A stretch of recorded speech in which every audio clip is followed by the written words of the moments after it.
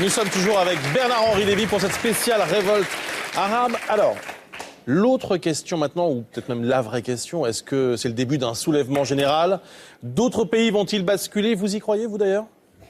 Ah oui. Ouais. À un mouvement de grande ampleur. Naturellement. Y compris la Chine. Et y compris la Chine, vous l'avez dit tout à l'heure. Il y a un pays... Aujourd'hui, il y a des hier, il y avait des manifestations à Shanghai, oui, bien sûr. Il y a un pays qui suscite à la fois inquiétude et espoir, c'est l'Algérie. Alors nous sommes en ligne avec Hakim Lalam. Bonjour. Bonjour. Vous êtes éditorialiste au Soir d'Algérie. Le Soir d'Algérie, c'est le principal journal privé du pays. Est-ce que c'est vous les prochains? Ah, ben ça je ne le sais pas, je ne pourrais pas m'avancer à le dire, mais l'Algérie aujourd'hui est une poudrière. Comparé bien évidemment aux événements qu'a connus, les événements sanglants qu'a connus l'Algérie dans les années 90 jusqu'à récemment, c'est pas exactement la même poudrière, mais l'Algérie est un pays aujourd'hui exsangue, épuisé par 20 ans de guerre contre l'intégrisme armé, avec 200 000 morts au bout, mais la nature de la contestation aujourd'hui est tout autre, c'est le pays qui est complètement paralysé. Alors vous avez suivi de très près évidemment ce qui s'est passé en Égypte, en Tunisie et ce qui se passe en ce moment en Libye. C'est quoi la différence avec l'Algérie? Écoutez, il faut d'abord restituer quelques faits. Il faut se souvenir que début janvier, les 3 premiers jours du mois de janvier, il y a eu des émeutes sanglantes en Algérie avec au bout une dizaine de morts, mais c'était des émeutes que le pouvoir a tout de suite qualifiées d'ailleurs des émeutes de l'huile et du sucre, des émeutes spontanées par rapport à des augmentations sur des produits de consommation large et qui se sont éteintes au bout de 3 jours. La grosse différence aujourd'hui avec des pays voisins comme la Tunisie ou l'Égypte ou la Libye aujourd'hui, c'est qu'il n'y a pas un encadrement de ce mouvement de révolte jeune. On a vu par exemple en Égypte, place Tahrir, des intellectuels, des ingénieurs, des gens avec un background assez conséquent, encadrer les jeunes, ne pas hésiter par exemple à passer plusieurs nuits de suite sur cette place Tahrir et à théoriser, à conceptualiser ce mouvement de protestation. Hélas, aujourd'hui, il faut bien le reconnaître, cette classe qui encadrerait le mouvement de protestation en Algérie n'est pas encore là, n'est pas encore au rendez-vous. Alors, restez avec nous un instant, Hakim Lalam.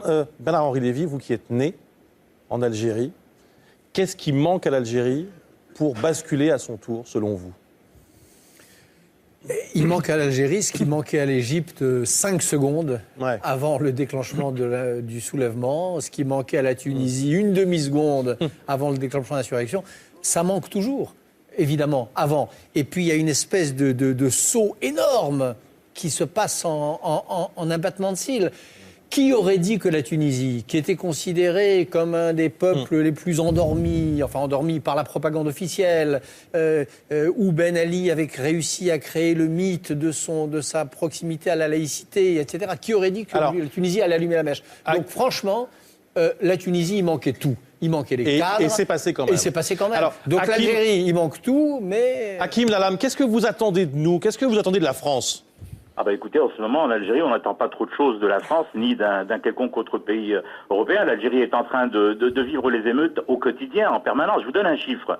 Sur l'année écoulée, c'est-à-dire l'année 2010, il y a eu exactement 9600 émeutes ou affrontements entre des pans de la population et les forces de l'ordre.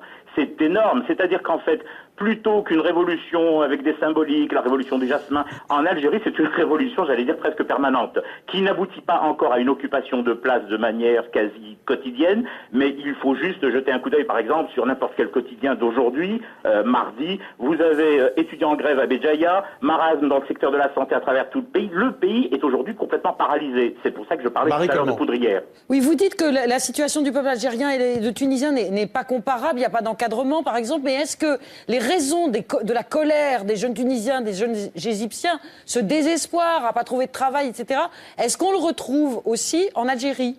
Ah, complètement, à cette différence près que le régime ici a eu une diabolique et ingénieuse trouvaille, c'est que dès que Bouteflika est arrivé au pouvoir en 99, il a, sous le couvert de la lutte anti-islamiste, anti-intégriste, il a eu cette formidable idée, je mets plein de guillemets autour du mot formidable, de couper l'approvisionnement, le financement des associations. Alors il dit oui, il n'est plus question que l'État subventionne des associations, le mouvement associatif, parce que les islamistes sont tapis derrière. Nous, on s'est tous fait avoir à l'époque en se disant c'est très bien, dans le cadre de la lutte antiterroriste, c'est exactement ce qu'il nous fallait. Sauf que dans les faits, aujourd'hui, on se retrouve avec tout ce mouvement associatif qui a été laminé. Donc islamiste et laïque et démocrate compris. Bernard-Henri Lévy.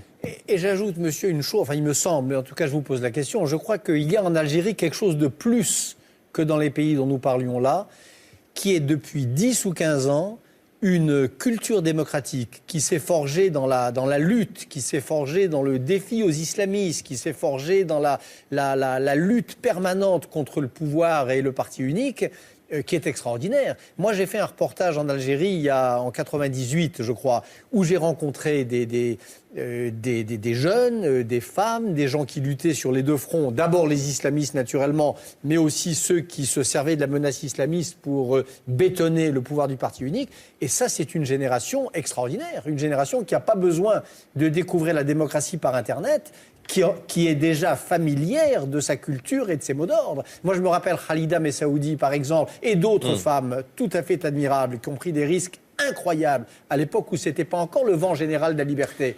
Elles sont toujours là. Ou est-ce que je me trompe ? Écoutez, vous ne vous trompez pas complètement, sauf que le pouvoir a aussi le pouvoir a le pouvoir de broyer. C'est une énorme machine broyeuse et je vous renvoie à l'actualité de ces dernières années. Où est Khalida Toumi Messaoudi aujourd'hui? Elle est ministre de la Culture du gouvernement Bouteflika, avec toutes les conséquences que l'on a en bout de course. Elle fait partie aussi aujourd'hui de ce régime. Bon, c'est tout le drame de cette intelligentsia algérienne. Je tenais au passage, si vous permettez, à vous rendre hommage, monsieur Bernard-Henri Lévy. Justement, vous m'avez tendu la perche. Dans les années 90, année où l'Algérie n'avait pas trouvé beaucoup de soutien à l'époque, dans sa lutte, elle était pionnière dans la lutte contre l'intégrisme armé, où, par exemple, plusieurs capitales européennes, je dirais pas françaises pour rester poli, nous avaient fermé un peu la porte au nez.